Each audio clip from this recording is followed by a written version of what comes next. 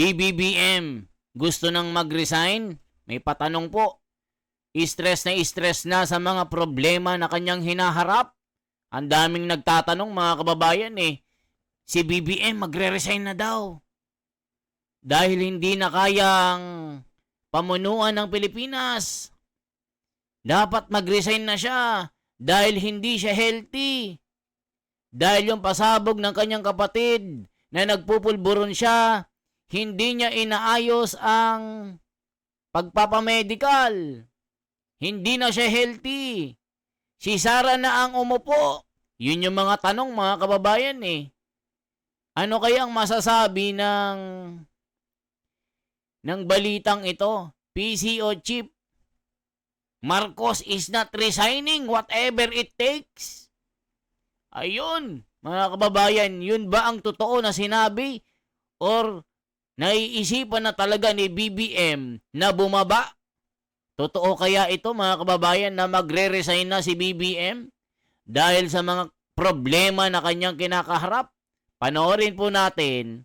Panoorin nyo kasi hanggang dulo mga kababayan. Lalong-lalo na yung mga loyalista na galit. Nakakarinig lang ng BBM resign, galit na.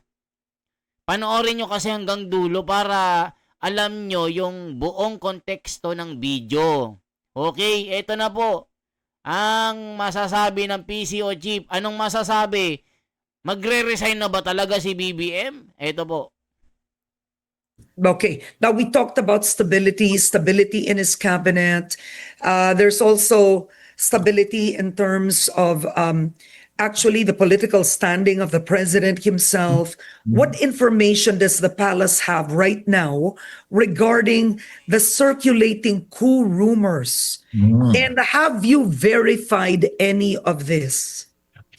Well, let me be clear on this point, Karen, because this is very important.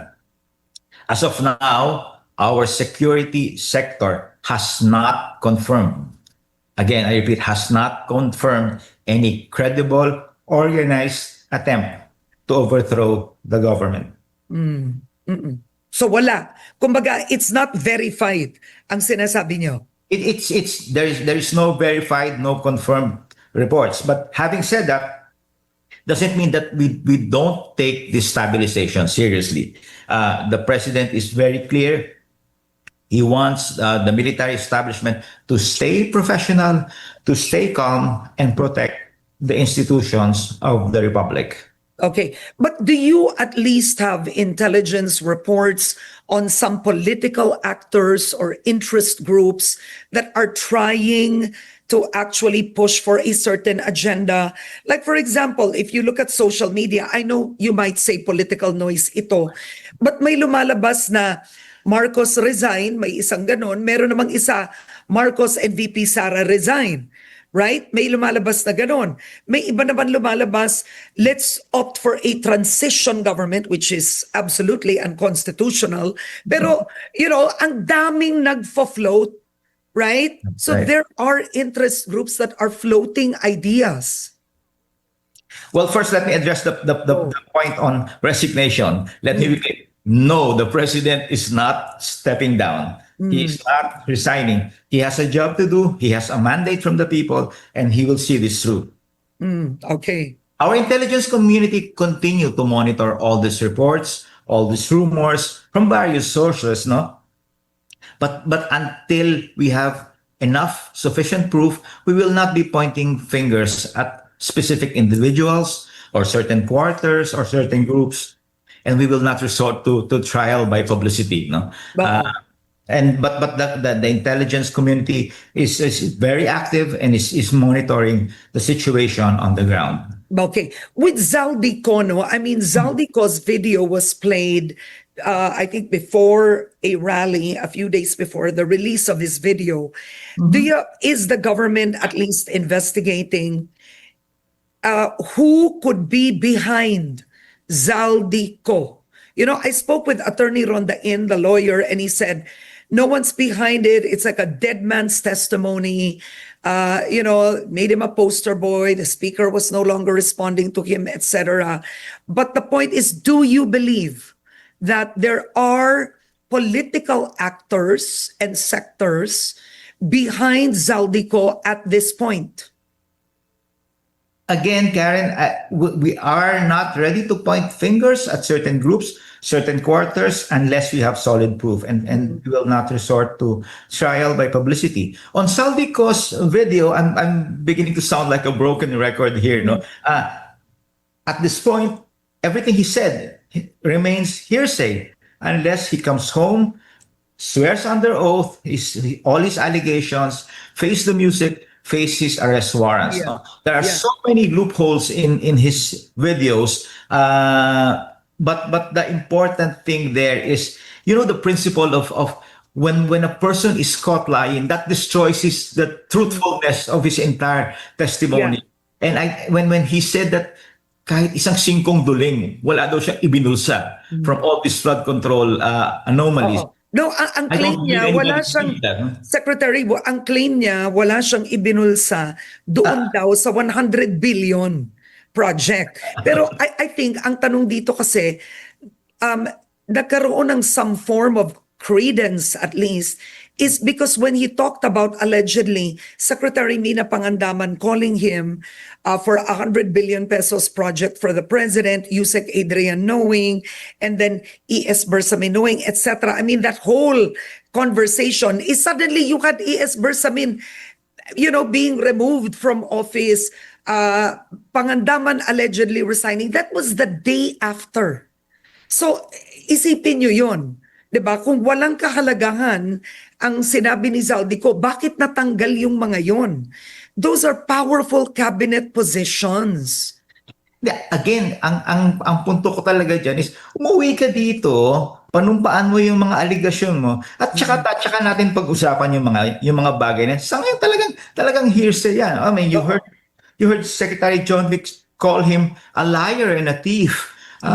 Anong gagawin mo kung nanganganib nga yung buhay niya? Ikaw kayo nasa posisyon ni Zaldico, uuwi ka ba basta-basta na hindi mo naman alam kung yung security mo ay talagang pabor sa'yo? Sabi nga nila, baka magkaroon ng Ninoy Aquino Part 2. Pagbaba niya ng airport, marami nang sasalubong na missile sa kanya. Yan kasi yung sinasabi ng ng kanyang abogado, mga kababayan, delikado yung buhay ni Zaldico kaya hanggang ngayon ay hindi po umuwi. Tama naman ang sabi ni PCO, mga kababayan, na umuwi siya, yun nga lang delikado yung buhay ni Zaldico. Tuloy pa natin. Until he comes out of hiding, I don't believe that there is credence or credibility in anything that he's saying at this point. Okay, so I've asked you about political actors that could be behind certain, certain movements, right? And you have the vice president saying recently she's ready to take over should the president resign. Considering the vice president has been quiet, right, for many months, is suddenly she says she has an interest in the position. What do you make of that? You don't see any kind of movement there? Well, we respect the constitutional role of the vice president. No, the line of succession is clear, and personally, I believe aspires to be vice president. Okay. To succeed the sitting president, should the sitting president be incapacitated in office? So it doesn't matter if it doesn't matter now. Her saying that she's ready, she should have been ready day one. Having said that, again, I said we respect her constitutional role, and the line of succession is clear under our constitution. Okay. Now, this is a long shot, but since the president has 2 years left, is he considering taon na lang. a dialogue with the vice president? Well, the president, I heard him say it many times. No, he is open. He's open to anybody who will reach out to him for dialogue for the sake of the national interest. So the president is not closed, in a way, is what you're saying, to actually meeting with the vice president at any point? He is not. He is not.